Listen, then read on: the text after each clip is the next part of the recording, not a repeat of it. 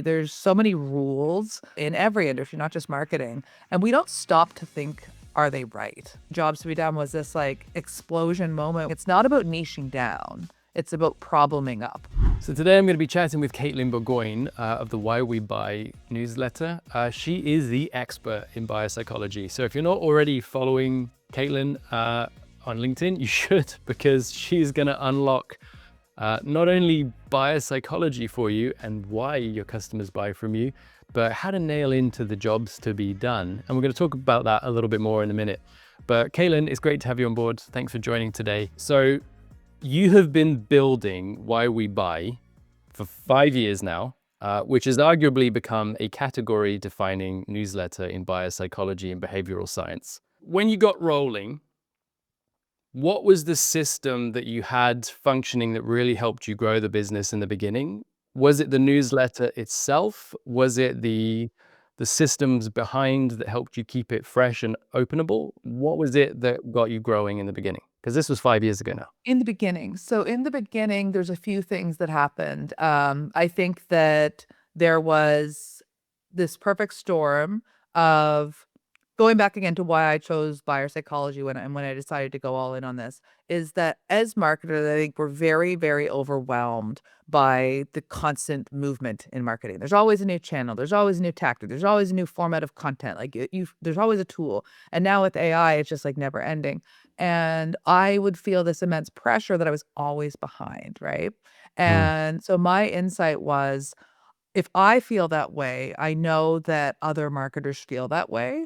And the psychological shift and the reframe of, if you understand the psychology, that's timeless. You can apply that in any way you want. You can use this tool, you can check with this channel, you can try this. But if you understand the psychology, then you're investing in something that is going to be lasting. It's not going to be ethereal like so much of this other tactical stuff. And so I think that part of what made the message so attractive was just that massive problem that marketers and founders felt, which is like, I feel totally and overwhelmed by marketing. So I think there was that. I think there was the pandemic. Like, people are all at home and they're thinking about starting their own businesses, or they're like side hustling. So they want to learn marketing, and they want to learn it in a way that doesn't feel so overwhelming. Um, and we also were lucky because we were early beta users of Sparkloop's recommendation platform. So we got to use that months before anybody else. And that had a huge impact on us being able to grow, because we were then swapping recommendations with other growing newsletters. That gave us a big push. And we also built if you go into Why We Buy, every issue is the same. It's the same format, just we run the same play over and over and over again. There's a couple different formats, but we run those same formats over and again. And so I'd say that's a system, right? And I think a lot of people, when it comes to producing content, if they don't have any type of like outline or formatting in mind, every time they start to create something, it's a blank page, right? For us, it wasn't a blank page, it's a fill in the blank. Right? We know that we're going to have this little intro story. We know that we're going to explain the bias. We know that we're going to have to find 3 examples of, different applications across different types of businesses to show our readers. And so it just becomes putting a puzzle together instead of staring at this kind of blank page and going, what do I write about today? So I'd say having an outline, even if it's not as defined as ours is a huge system that would help a lot of people with their content. Okay, that's really good. I'm taking notes as you went here and kind of have this structure that you've got some self-awareness in what you're struggling with, knowing that your customers must be feeling the same way. So asking the Mhm. question, how are my customers feeling? Mhm. Using your network to help build the business up, and then Mhm. repetition on that topic so that people Mhm. understand who you are, what you do, and how you're doing Mhm. it. Mhm. Having that alignment between those 3, Mhm. that that was a system that you just kept running until things continued to grow. Has that changed?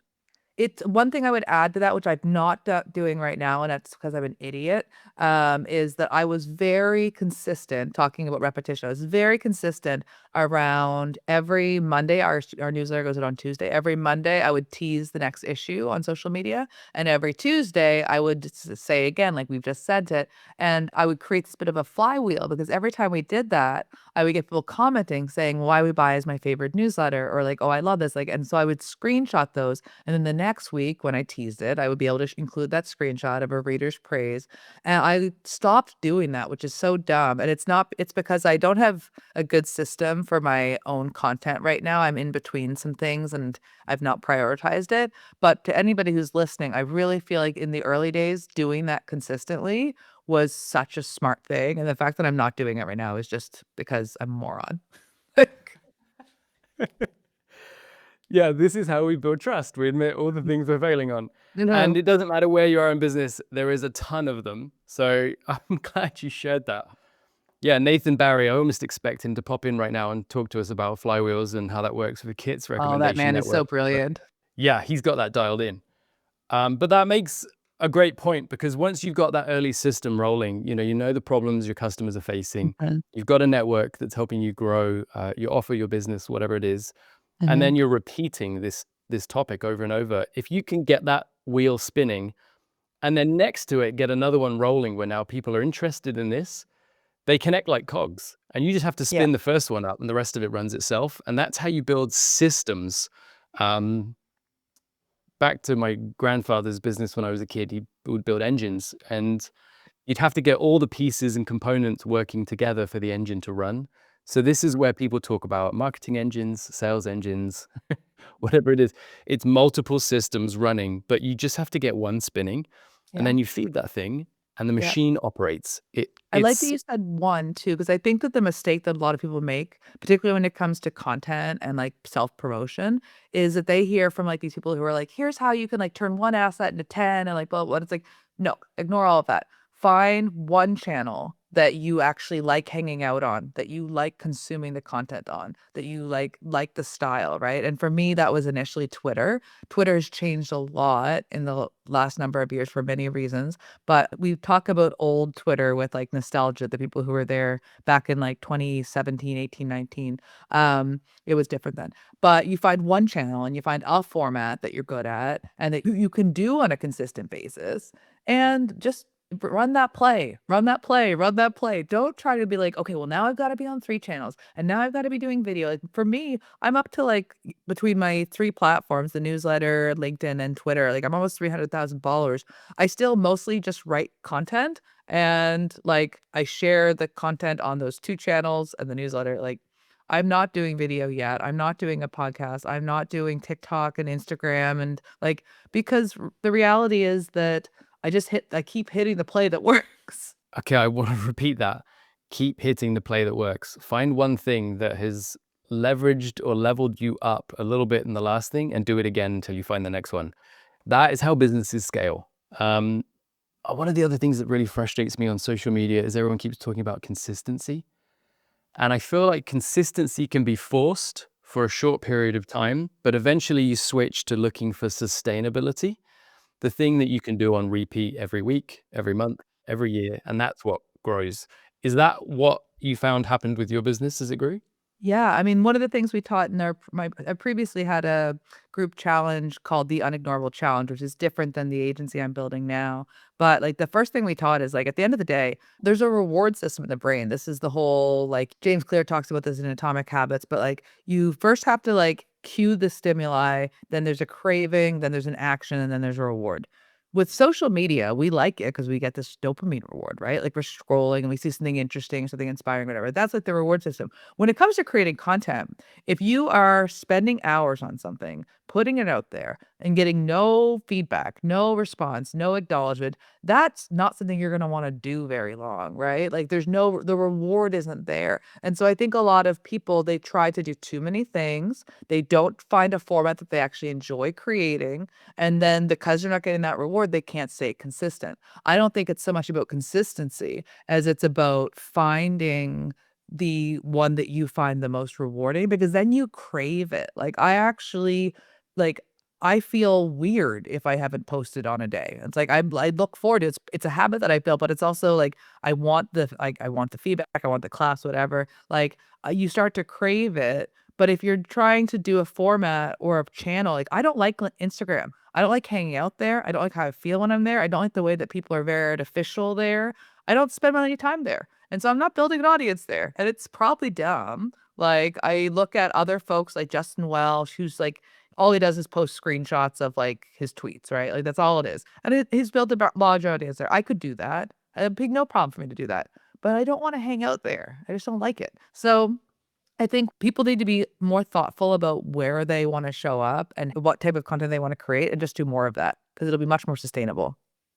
Yeah, totally. When you compare your strategy with sustainability, that's a business Mhm, that will grow, whether mhm, you want it to or not, because you're doing mhm, the repeat actions. mhm, And actions grow businesses. mhm, It's not some magic system, some new course that you mhm, took for 6 weeks that solved everything. It's the mhm. stuff you're going to do on repeat all year. Yeah. Yeah, that's interesting. Okay, so breaking out of this before we get into, because I want to ask you, that was 5 years ago. You've seen Mhm, what builds businesses.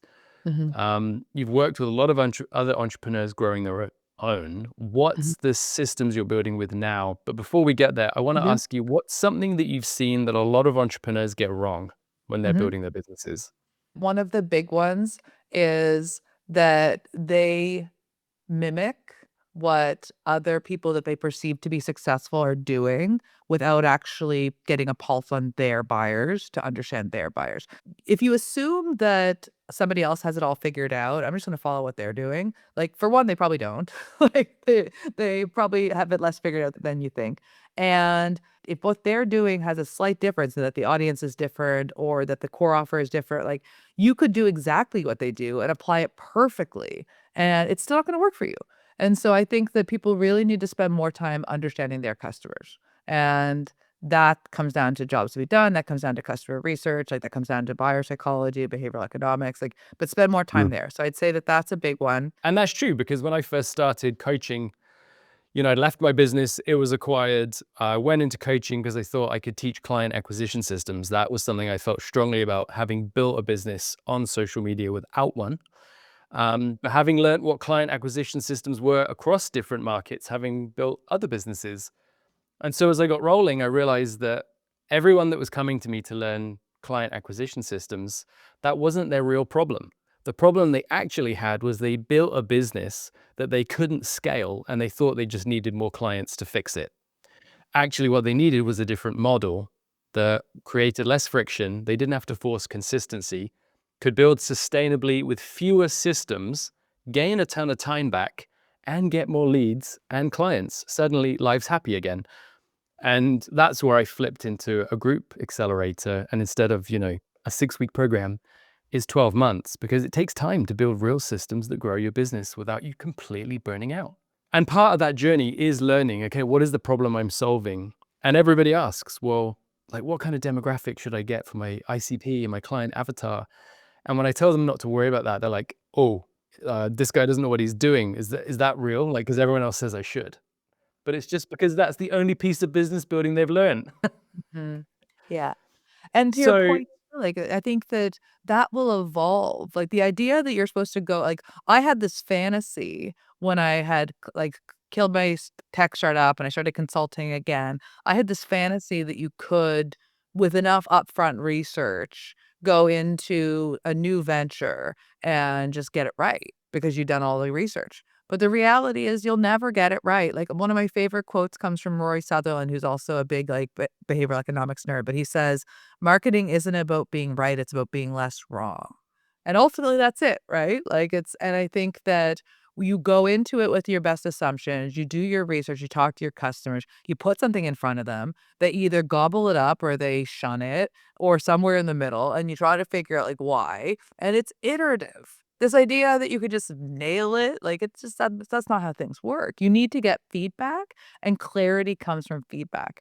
And what most people want that they don't realize that they want is they want clarity. They wanna know that this thing's gonna work. But when you start realizing that the clarity comes from action, you're more willing to take the action instead of getting stuck in this, like, research. I gotta know all the stuff beforehand. yeah, that's the difference. It's the action. So, you're building a business and you feel like, I do this thing. Do you? Have you taken enough action on that to really be that's what you do? Or is your business solving a ton of problems for people as they tell you what their problems are and you're changing it every time? Because if that's the case, then you're not running a business. Other people are running it for you and they're identifying what it's going to be for them. And now you've completely lost control. And that's where things grow. Even if you're making money doing it, you suddenly realize This is complex. It's burning me out. I don't have systems in place. I've lost control. And so you've lost your freedom. And then things get heavy really fast. So let me ask you this, Caitlin. You've got this experience, you've built the business, you've got an incredible track record of nailing this every year repeatedly, which is incredible. What's the one system you would dial in if you had to just burn it all down and start again from scratch today? Well, I am, in a sense, burning it all down and starting from scratch because I've been shouldering these two businesses. Unignorable it started as this group challenge to build an audience, and now I'm started that in a partnership that it was never supposed to be a business, but I just kind of fell in love with the problem, fell in love with the work, and so now I'm building a this ownable ideas studio where we're going to actually work one on one closely with experts and help them to figure out what is their big idea. And I'm starting from square one. And the reason I'm open to even doing this business is because I think today, with what I've seen, I've been just wowed by is that you can teach AI to think like you if you give it the right frameworks. And I'm good at frameworks. Like I'm good at coming up with frameworks because I'm good at teach. Like I always am trying to reverse engineer if I'm going to teach somebody something. Well, how do I actually break this down into its first principles so that I can teach it to somebody? And I do that by building frameworks. And so I think a lot more people who feel like overwhelmed, they're like, I don't have any good systems. Like they think systems is like a bunch of stuff together in Zapier. Like it's not just that, right? Like think about the way you make decisions, the way that you intuitively do things, and then figure out if you can codify that. Because if you can codify that and turn it into a step-by-step process or turn it into a framework, you can use AI to get you to an outcome that's usually 70 or 80% of the way there, which is a huge time saver, right? Yeah, you think the way I do. How do I build this into a framework that can live in concrete that I build my business on? And I think the problem with AI, especially ChatGPT and Claude, is that every entrepreneur is using it and they take what it tells them, they put it on a piece of paper and then decide, do I believe this or not? Am I going to do it? Am I not? And it just sort of sits there on a stick-it note. The difference between building a business that actually gives you money and freedom from that is taking that stick-it note and embedding it in concrete as a foundation for your business and building on top of it. Because if you don't do the repeat action on that thing, you're not going to get the results. Yeah. So how do you then take what you build and then put it in concrete so that this is now something that you can grow and develop? So one of the things that we're building internally, which will not be available publicly, it's not going to be a software that you can just sign up for, but we're building content co-writers for our clients. And I spent hundreds of hours actually building the prompts out, building an entire Claude project that allows us to upload our clients' personal brand strategy, upload their ICP information. And it's built on my authority science frameworks, which I've not shared publicly yet, but I'm going to share some more about that in some coming weeks. And it took me hundreds of hours, but basically I was like, how do I create a writing tool that isn't just built on templates? Because all of the other ones are built on templates. And everyone's like, oh, like AI writing is so formulaic. It's like, yeah, because all the people building tools are actually building them on formulas. And so of course it's all going to look exactly the same.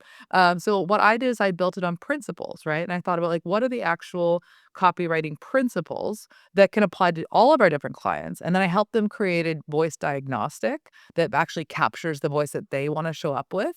And I've delivered 3 of them so far, so, fingers crossed, this could still totally not work and, as we try to grow it. But those 3, everyone's like, "Holy," like, I've never actually had AI make a recommendation for how to improve my writing, and it was right. And so our system doesn't do the thinking for you. I call it a co-writer because it's very iterative. Like you come to it with an idea or you come to it with like looking to brainstorm an idea, but it pulls everything out of you. You have to answer questions. You have to provide the stories. Like it's not making that up.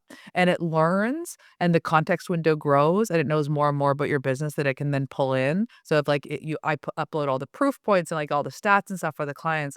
So essentially this is a big system. It took me a long time to build, but I again looked at this problem and I was like, why is AI writing bad?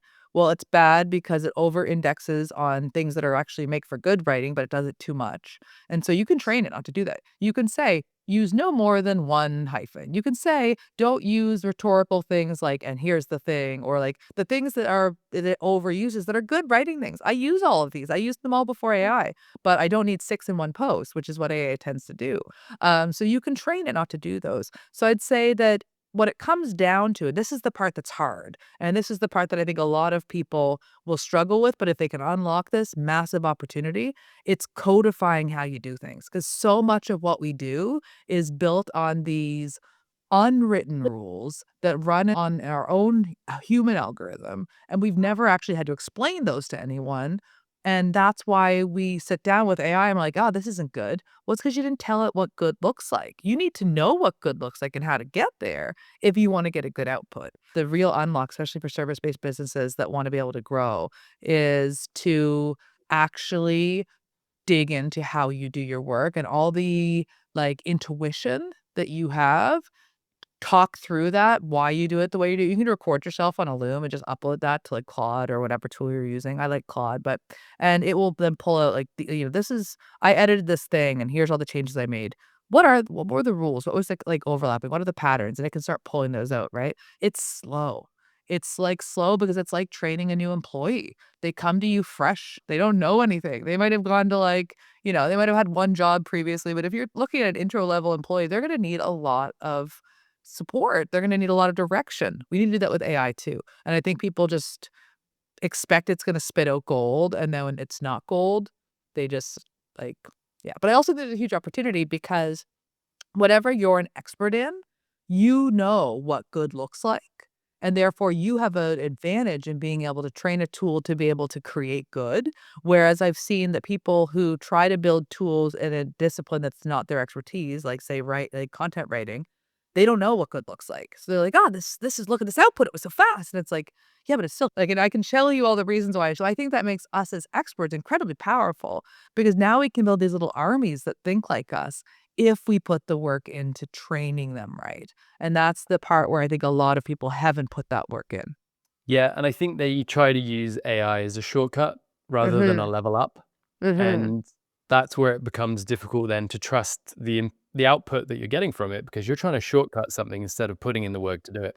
And if business comes down to, repeat actions on a specific topic problem that you solve, you need to know what that is in advance. You can't skip that bit. And frustratingly, I think working with clients and just getting rolling, even if you're unclear on what it is you do or who for or who your ICP is or what your pricing is going to be, just get started. You will learn exactly what it is you need to do and what people Oh, yeah. need. There's no way to learn it without doing it and getting the feedback, and that's one of the things where I'm excited about the work we're doing with Unignorable now versus what we were doing before, because I get to work really closely with these initial clients. Before, we were running a challenge, and we would have live events, and we had a community, and people could ask questions, but it's like the speed at which you can get to clarity when you're actually one-to-one is so good, and I think a lot of people try to jump past that part, like, they don't wanna have to do sales calls, they don't wanna have to sell directly to their clients, they wanna jump right to selling a course or something, but, like, you won't know if you're even solving the right problem with your course if you haven't delivered stuff live, so I always tell people that even if you're trying to build this kind of, like, scalable asset, start really, like, unscalable because that's the fastest learning, and it will feel slow initially, but it's gonna be way faster in the long run. Yeah, I love that. I'm taking notes here as we go. And the one question I want to understand is, are you using AI because it gets you there faster or because it gives you leverage to scale and control? I'd say it's both. Like anything, it's a tool, and there are some things that it does that are faster, and there are some things that might be more at a higher leverage or things that I'm not necessarily good at, and it's good enough. But I look at it like a friend of mine gave me this description. I hadn't heard it before, but it's like 10-80-10, right? Like the first 10% of like setting the task is you and the output you get is going to come from that. Then the AI might do 80%. And that 80% might be good, but not good enough. And then the 10% of polish at the end. But there's a big difference between you doing that 10 and 10, which adds up to 20, or 100, right? And so I think there's high leverage there where you can go, okay, I'm going to give the right foundational part. I'm going to get the output and then I'm going to make it better. And like, I think that people try to right? Like I see these people sharing their like, game-changing prompts and they're like 3 sentences, and I'm like, "Look, that's not gonna deliver the kind of output people need." But, good marketing, but it's not gonna deliver the kind of output. So it's that, that initial 10% of really steering what it is you want and telling it what good looks like. Then it will produce something you'll go, "That's good, but it's not good enough." And then it's that next 10%, right? And this is why LLMs have given you the ability to interact with them via voice, not Mhm. just Oh, yeah, typing, I talk all the time now. because you need a massive prompt. You need to dump a ton of information, context on what the input and output should be, and everything in between, all the parameters of what you want it to deliver. It's basically a calculator. Somebody's Yeah, going to hate that explanation of it, but it's a calculator. You are it going to is. get out what you put in. You've got to Yeah. give it the equation. Mhm. Yeah, that's true. It's true. Yeah, I think mastering that skill and knowing where you want to go with it, having had a little experience and then seeing the roadmap ahead and then Mhm. using it to get there quicker. I think we're going to see a lot of experienced entrepreneurs doing this more and more, Mhm. maybe quietly, because I think it is a big leverage opportunity right now. But if you are a I think brand if you're new not doing it entrepreneur, quietly, like, you're asking me specific questions that I'm sharing with you, but I think that if when it comes to, like, AI prompts and stuff, if you actually have something really, really good, you're not telling people, you're not giving it away. It is leverage. So when I see people, like, all they're doing is sharing their, like, prompt stuff, I'm like, that's if that was really that good, you would not be sharing it. You would be charging for it, or you would be keeping it as secret as yep, possible because it is a leverage opportunity right now. big time. Yeah. So if you're a brand new entrepreneur and you think, using AI and ChatGPT, whatever the program is some kind of prompt that you got from a social media post, Mhm. that's not really how they're using it. That's the bit they're willing to give away to get you Mhm. interested in what they're doing. Yeah. The That's the work thing that they behind build it, a really good AI tool that actually creates and packages prompts. They're not even writing any of those prompts. They have an AI tool that they built that's good that actually just spits out these generic ones. And then but it's good yeah, marketing and, as a marketer, no shame. You gotta do it.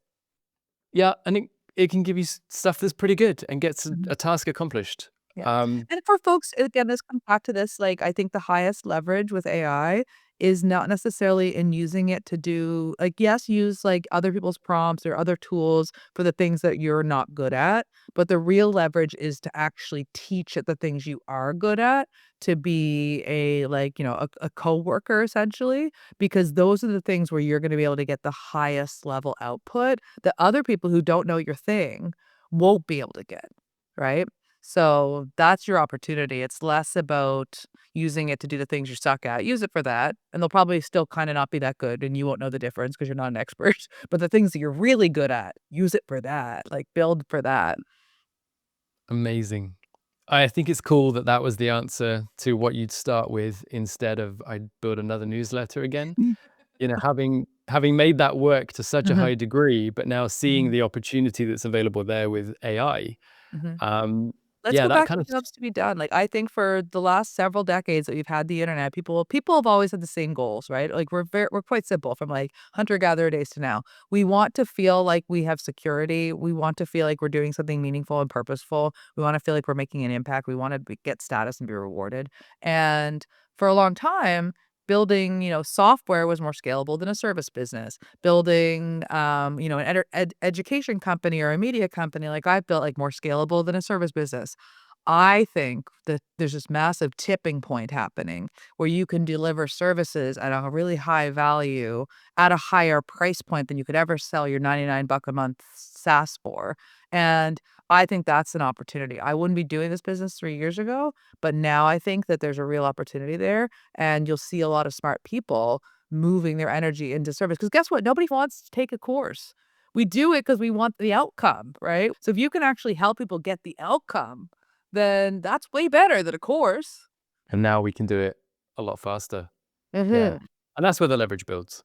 mhm. Caitlin, this has been amazing. I'm really grateful for your time and all of the insights into what is coming next. Really excited to see how that builds up. I have no doubt it will go fantastically. Oh, there's Um, lots of it'll go fantastically and also horribly, which I'm gonna write a post after this beta's done of, like, all the things that went wrong. Because let me tell you, there were plenty. Yeah, and there's the secret, as you build a business, it doesn't matter where you're at. You never feel like you've made it. You're always testing, iterating, Mhm. experimenting, trying to find what Mhm. works. So yeah, thank you for bringing that down to earth for us today. It's been really great to chat with you. You too, Elliot.